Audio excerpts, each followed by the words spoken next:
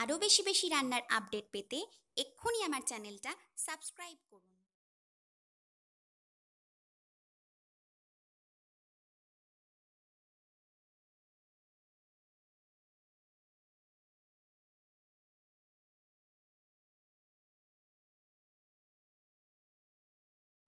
Hello friends, welcome to Chandrima's world. Chandrima's ওয়ার্ল্ডে তোমাদের সবাইকে স্বাগত। আজ আমি আবার একটা নতুন রেসিপি নিয়ে তোমাদের কাছে চলে এসেছি। আর আজকে আমি বাড়িতে বানিয়ে দেখাবো পাপড়ি চাট। কি সবার জিভে নিশ্চয়ই জল চলে এসেছে। আমাদের কিন্তু এই রেসিপিটা কিন্তু ভীষণই পছন্দের। আমরা মেলায় বা যে কোনো জায়গায় গিয়ে কিন্তু পাপড়ি চাট খেতে খুবই পছন্দ করি। তো সেটা যদি বাড়িতেই বানিয়ে ফেলতে পারো আর গেস্টদেরকে যদি সার্ভ করতে পারো তাহলে কিন্তু অনেকেই অবাক হয়ে যাবে যে তুমি এটা বাড়িতে বানিয়েছো। তো রেসিপি শিখে নেওয়ার জন্য কিন্তু অবশ্যই আমার ভিডিওটা পুরোটা দেখো। আর রেসিপি ভালো লাগলে অবশ্যই কিন্তু লাইক করতে ভুলো না, আর অবশ্যই চ্যানেলটাকে প্লিজ সাবস্ক্রাইব করে নিও। তাহলে চলো এখন রেসিপি শুরু করি। পাপড়ি চাটের পাপড়ি বানাতে আমাদের লাগবে ময়দা। আমি এখানে নিয়েছি 1 কাপ পরিমাণ ময়দা। এটা আমি চায়ের কাপে মেপে নিয়েছি। আছে আমার এখানে 4 টেবিল চামচ পরিমাণ আটা। সাদা তেল আমাদের লাগবে 2 টেবিল চামচ। আছে সামান্য একটু কালো জিরে, আর পরিমাণ মতো দিয়েছি কিন্তু নুন। তাহলে চলো এইগুলো দিয়ে প্রথমে পাপড়িটা বানিয়ে নিই। একটা মিক্সিং বোল নিয়ে নিয়েছি, তার মধ্যে প্রথমে দিয়ে দেবো আমি ময়দাটা। তার সাথে দিয়ে দেবো কিন্তু আটা।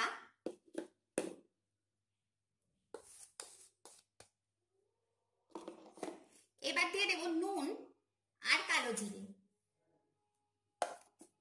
দিয়ে প্রথমে খুব ভালোভাবে একবার মিশিয়ে নেব।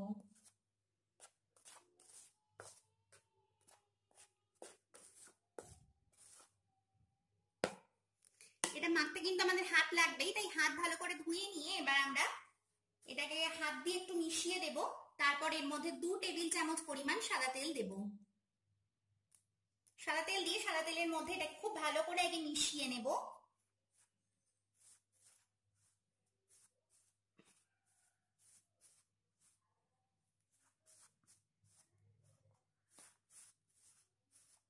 খুব ভালো করে মিশিয়ে দিয়েছি।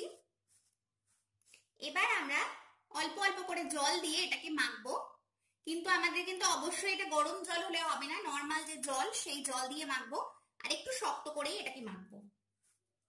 তো অল্প অল্প করে জল দিয়ে আমরা এটাকে মেখে নিচ্ছি। তো তারপর কিন্তু তোমাদের কাছে ফিরে আসছি।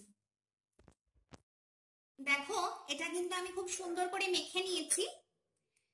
বেশ একটু শক্ত করেই মাখতে হবে, আমি বলেছিলাম, কিন্তু খুব নরম করে এটাকে মাখিনি। এবার এটাকে একটা ঢাকা দিয়ে বন্ধ করে দেব। আর এটাকে কিন্তু আমরা 8 ঘন্টার জন্য ঠিক এইভাবেই রেখে দেব।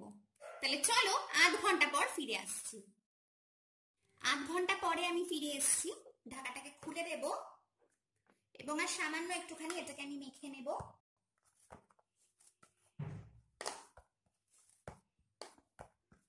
তারপরে এটাকে আমি দুটো ভাগে লেচি কেটে নেব।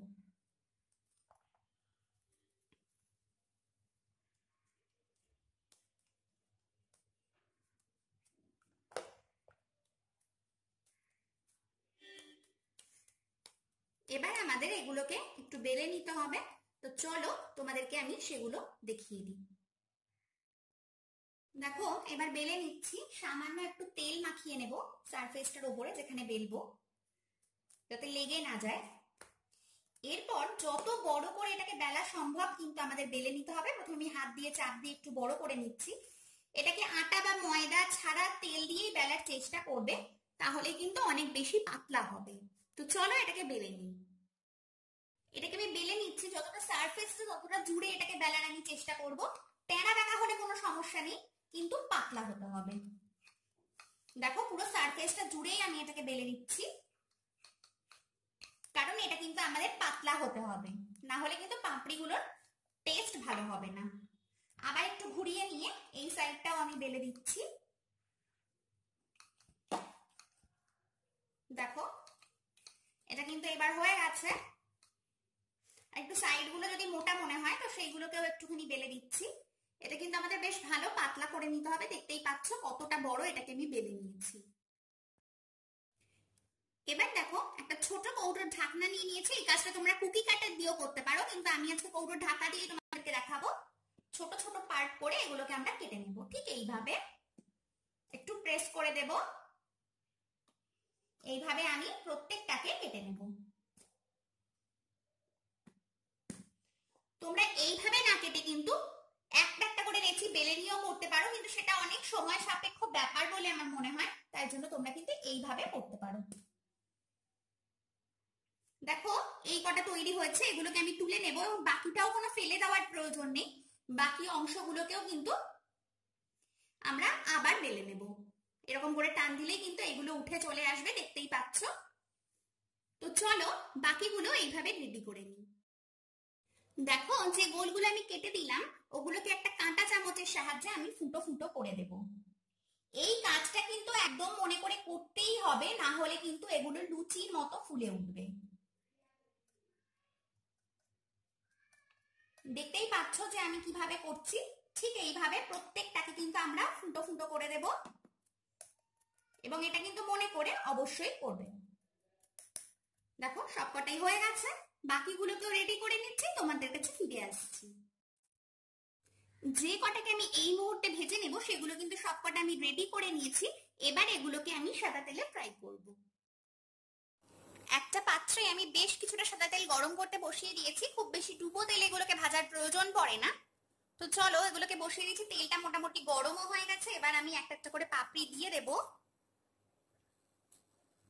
এবং আঁচটা কিন্তু থাকবে মিডিয়াম ফ্লেমে, না হলে কিন্তু বাইরের দিকটা কালার হয়ে যাবে, কিন্তু সেটা বেশ মুচমুচে হবে না।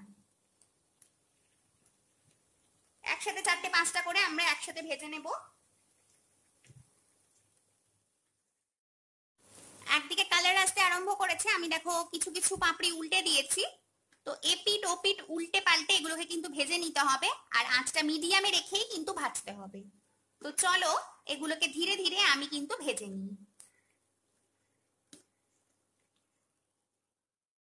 এরকম দেখো বেশ ডার্ক কালার করে কিন্তু পাপড়িগুলোকে আমাদের ভেজে নিতে হবে। তো আমার এই ব্যাচটা কিন্তু ভাজা কমপ্লিট হয়ে গেছে।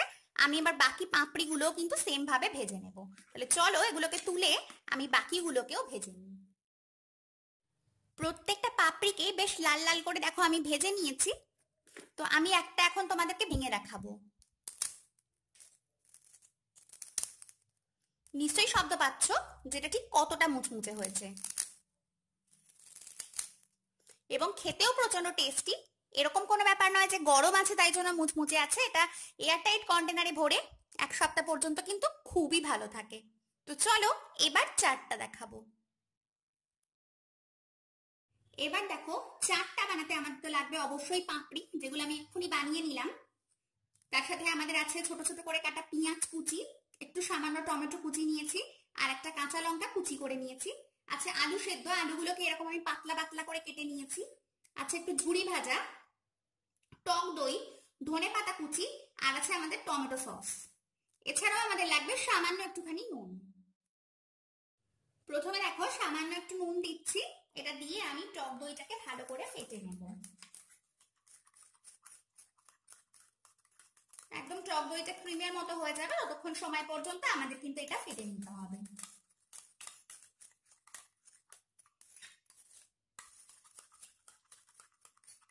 দেখো এটা কিন্তু হয়ে গেছে।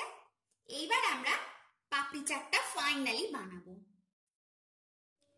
একটা প্লেট নিয়ে নিয়েছি, যে প্লেটটাতে আমি পাপড়ি চাটটা বানাবো তার উপর একটা একটা করে পাপড়ি আমি সাজিয়ে দিচ্ছি।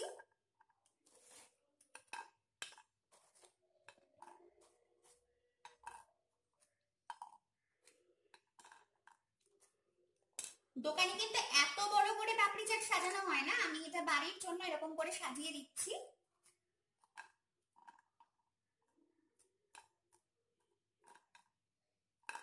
দেখো পাপড়িগুলো দিয়ে দিয়েছি, এর উপর দিয়ে আমি দিয়ে দেবো সেদ্ধ করা আলু। এই সাজানোটা অনেকটাই নিজেদের উপর ডিপেন্ড করে, আমরা যে যেমন পছন্দ করি সেই অনুযায়ী কিন্তু দিতে পারি। এই চারটার মধ্যে কিন্তু তোমরা কাবলি চানাও দিতে পারো, যদিও আমি সেটা দিইনি।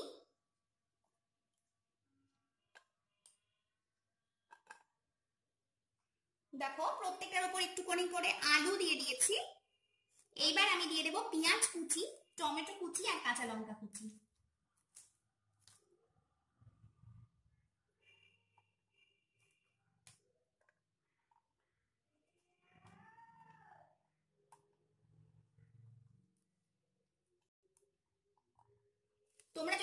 পেঁয়াজ খেতে না পছন্দ করো তাহলে কিন্তু নাও দিতে পারো, কিন্তু আমার ভালো লাগে তাই জন্য আমি দিয়েছি। দিয়ে দেবো টমেটো কুচিটা। এটা তোমরা নিজেদের ইচ্ছা মতো সাজিয়ে নিতে পারো। কাঁচা লঙ্কা দিয়ে দিচ্ছি।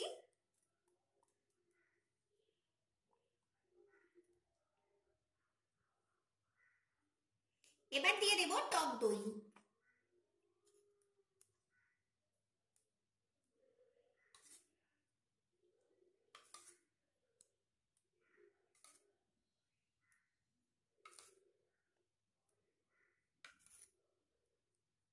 টক দই দিয়ে দিয়েছি। দিয়ে দেব টমেটো সস। এটা কিন্তু আমার হোমমেড টমেটো সস, যার রেসিপি আমি তোমাদের সাথে কিছুদিন আগেই শেয়ার করেছি, জাস্ট 2 দিন আগে হবে।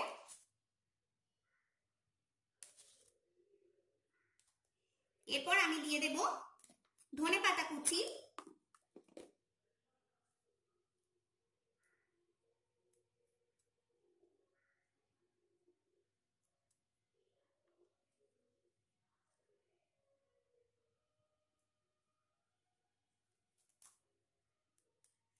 আর এর সাথে আমি দিয়ে দেব ঝুরি ভাজাটা।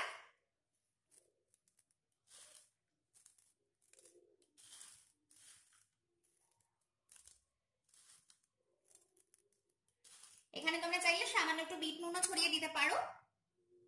তো দেখো আমাদের হোমমেড পাপড়ি চাট কিন্তু রেডি। আর তোমরা এভাবেই কিন্তু সার্ভ করে দিতে পারো আগে থেকে পাপড়িগুলো বানিয়ে রেখে। তো প্লিজ রেসিপিটা বাড়িতে ট্রাই করো আর আমাকে জানিও যে আমার রেসিপি তোমাদের ঠিক কেমন লাগলো। যদি ভালো লাগে তাহলে অবশ্যই কিন্তু রেসিপিটাকে লাইক করো, কমেন্ট করো, শেয়ার করো। আর অবশ্যই অবশ্যই কিন্তু আমার চ্যানেলটাকে সাবস্ক্রাইব করে নিতে ভুলো না। তাহলে আজ আমি আসি। তোমরা সবাই খুব ভালো থেকো,